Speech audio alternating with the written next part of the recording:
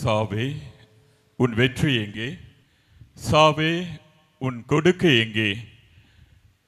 சாவையும் பாவத்தையும் வென்று மாவீரராய் உயிர் பெற்று எழுந்த உயிர்த்த இயேசுவில் பிரியமான சகோதர சகோதரிகளே,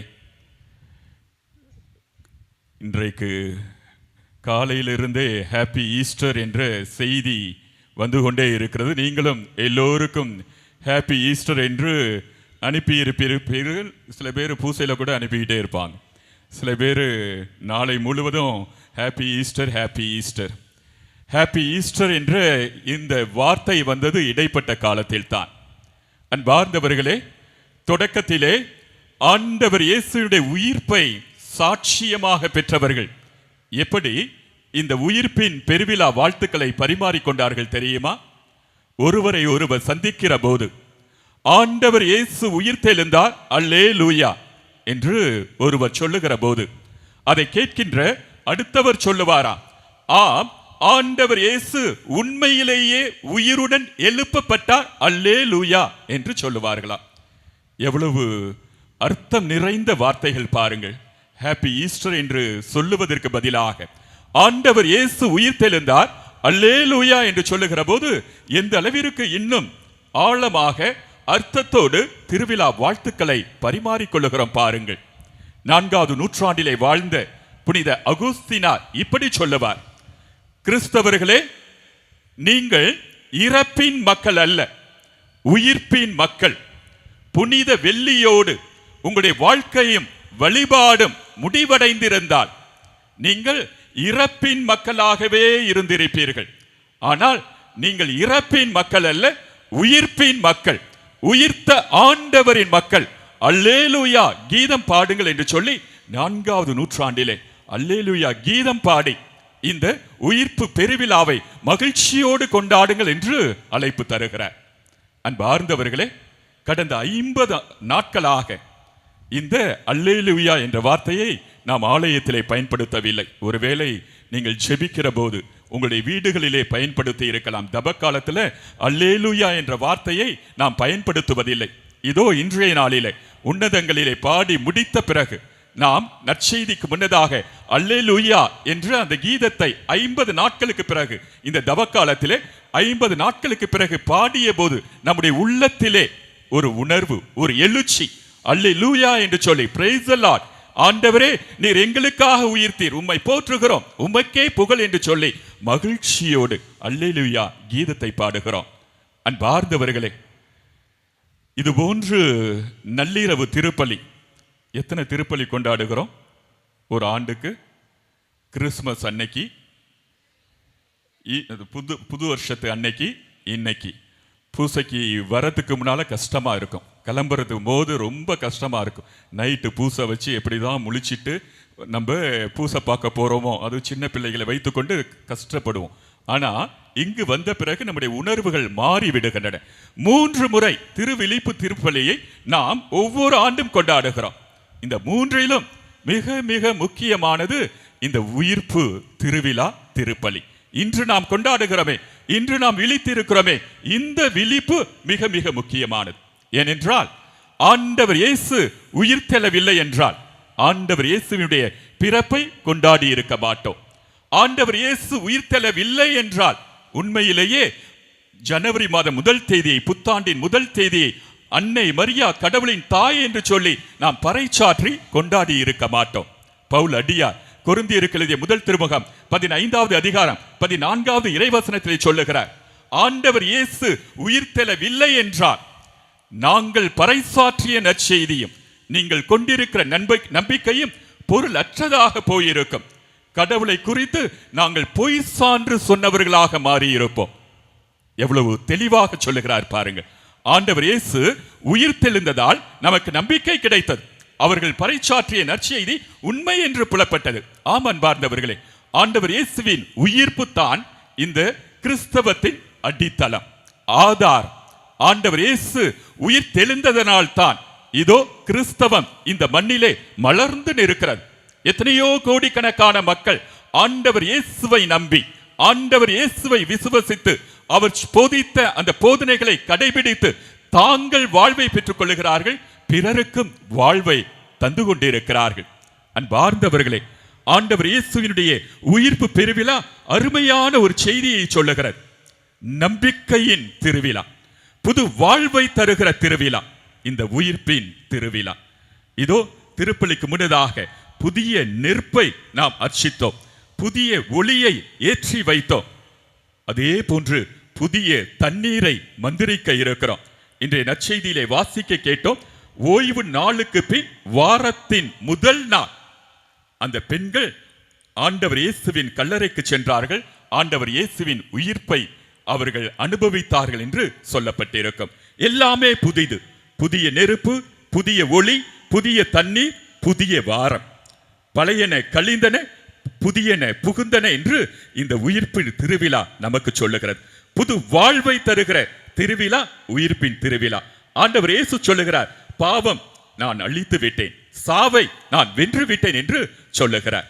யோவான் நற்செய்தி 14ஆம் அதிகாரம் 19வது இறைவசனத்தை எடுத்து வாசித்து பாருங்கள். ஆண்டவர் இயேசு சொல்லுகிறார், நான் வாழுகிறேன் நீங்களும் வாழ்வீர்கள், நான் வாழுகிறேன் நீங்களும் வாழ்வீர்கள்.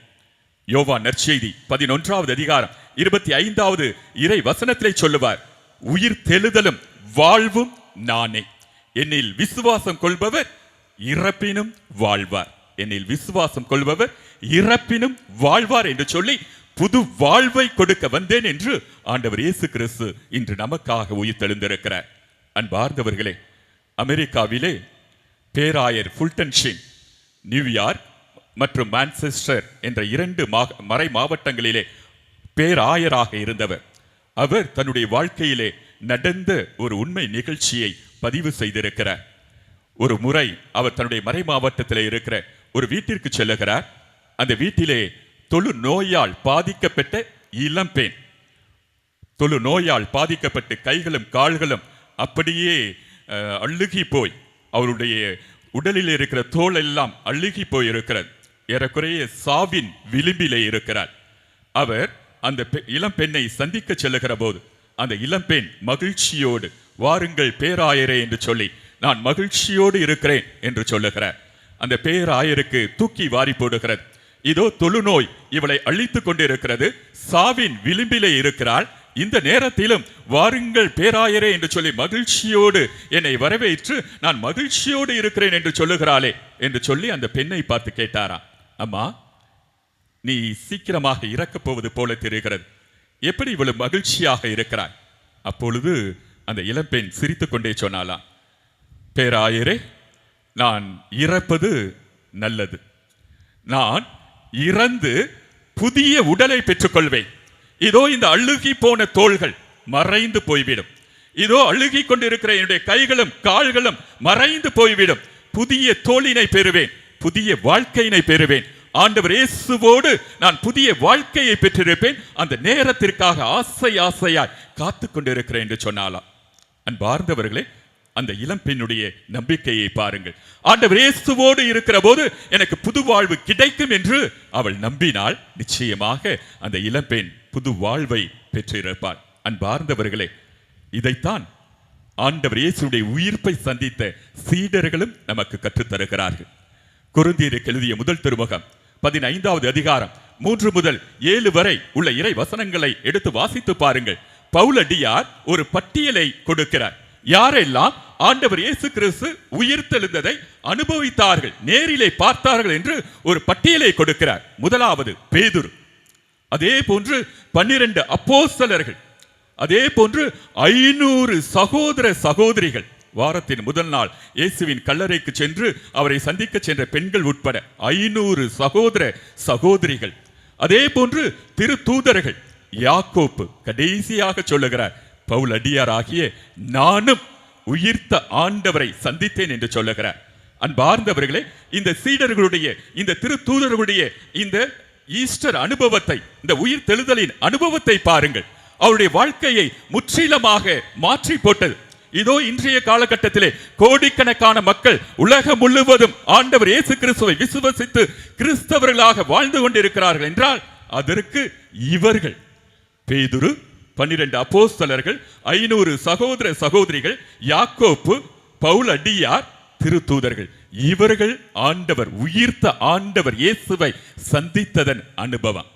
ஆக அப்படியே பாருங்கள், அந்த தொடக்க காலத்துல ஒரு கொஞ்சம் இவர்கள் உயிர்த்த இயேசுவின் அனுபவத்தை பெற்றதனால் இன்று 2000 ஆண்டுகளுக்கு பிறகு கோடிக்கணக்கான கிறிஸ்தவ மக்கள் இந்த உலகத்திலே இருக்கிறார்கள் என்றால், இந்த உலகத்தில் இருக்கிற அத்தனை கோடிக்கணக்கான மக்களும் ஆண்டவர் இயேசுவின் உயிர்த்தெழுதலை அந்த அனுபவத்தை பெற்றார்கள் என்றால், இன்னுமாக இந்த உலகம் எப்படியெல்லாம் கிறிஸ்துவை பின்பற்றி கிறிஸ்துவின் மதிப்பீடுகளை பின்பற்றி அன்பு, அமைதி, சமாதானம், மகிழ்ச்சி போன்ற நற்பண்புகளிலே வாழ்ந்து கொண்டிருக்க முடியும் என்று கற்பனை செய்து பாருங்கள்.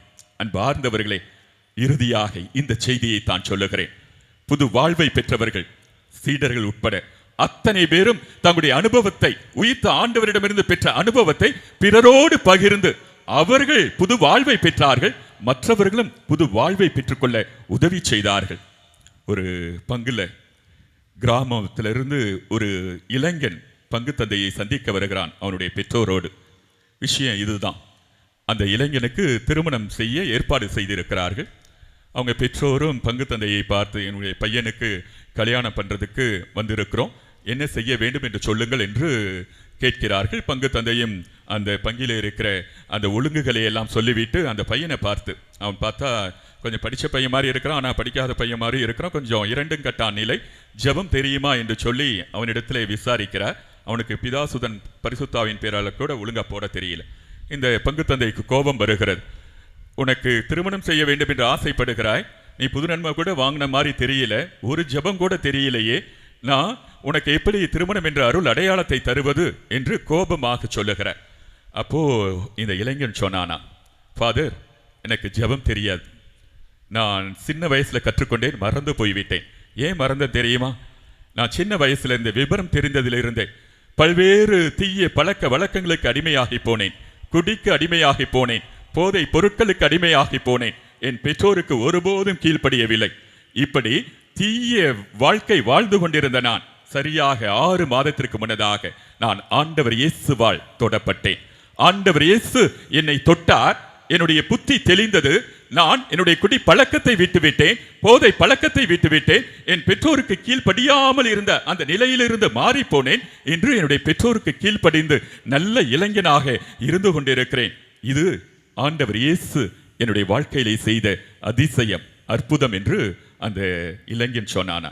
அந்த பங்கு தந்தை மகிழ்ச்சியோடு அந்த இளைஞனை கட்டி அரவணைத்து கொண்டு, இது போதும், நீ உண்மையான கிறிஸ்தவனாக, உண்மையான கிறிஸ்தவ இளைஞனாக இருந்தால் அது போதும், ஆண்டவர் இயேசுவோடு நீ இருந்தால் அது போதும், புதிய வாழ்க்கையை பெற்றுக்கொள்வாய், அடுத்தவருடைய வாழ்க்கையிலும் நீ மகிழ்ச்சியை தருவாய், உன்னால் உன்னுடைய பெற்றோருக்கு மகிழ்ச்சி, உன்னை சார்ந்துள்ள அத்தனை பேருக்கு மகிழ்ச்சி, இது போதும், இதுதான் ஆண்டவர் இயேசு உன்னுடைய வாழ்க்கையிலே செய்திருக்கிற அதிசயம் என்று சொல்லி மகிழ்ச்சியோடு அவனை ஆசீர்வதித்து அவனை அனுப்பி வைத்தாராம்.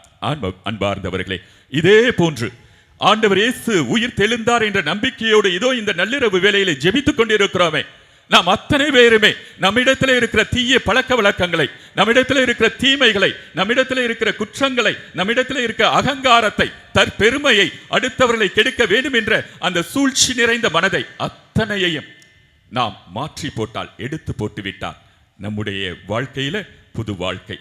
இதோ விடிய போகிற இந்த விடியல் நம்முடைய வாழ்க்கையிலே உண்மையிலேயே ஒரு முழுமையான மாற்றத்தை கொடுத்து உயிர்த்த இயேசுவோடு சமாதானத்தோடு மகிழ்ச்சியோடு வாழக்கூடிய அந்த பாக்கியத்தை நமக்கு கொடுக்கும். அப்படிப்பட்ட பாக்கியம் இங்கே கூடியிருக்கிற உங்கள் ஒவ்வொருவருக்கும் கிடைக்க, நம்முடைய பங்கிற்கு கிடைக்க தொடர்ந்து நானும் ஜெபிக்கிறேன். ஆண்டவர் இயேசு உயிர் தெழுந்தார், அல்லேலூயா. ஆம், ஆண்டவர் இயேசு உண்மையிலேயே உயிரோடு எழுப்பப்பட்டார், அல்லேலூயா.